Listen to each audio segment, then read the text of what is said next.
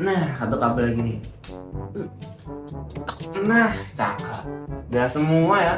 Prosesor udah, RAM udah, SSD udah, kabel-kabel udah semua, VGA nggak perlu karena gue pakai Ryzen seri G. Terus oke udah semua. Sekarang sisa kabel manajemen. Ya ampun. Takam banget lagi.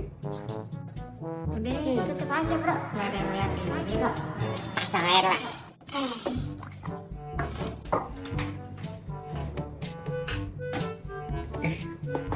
Salah. Nah ini dia nih, tinggal nyalain doang. Sip.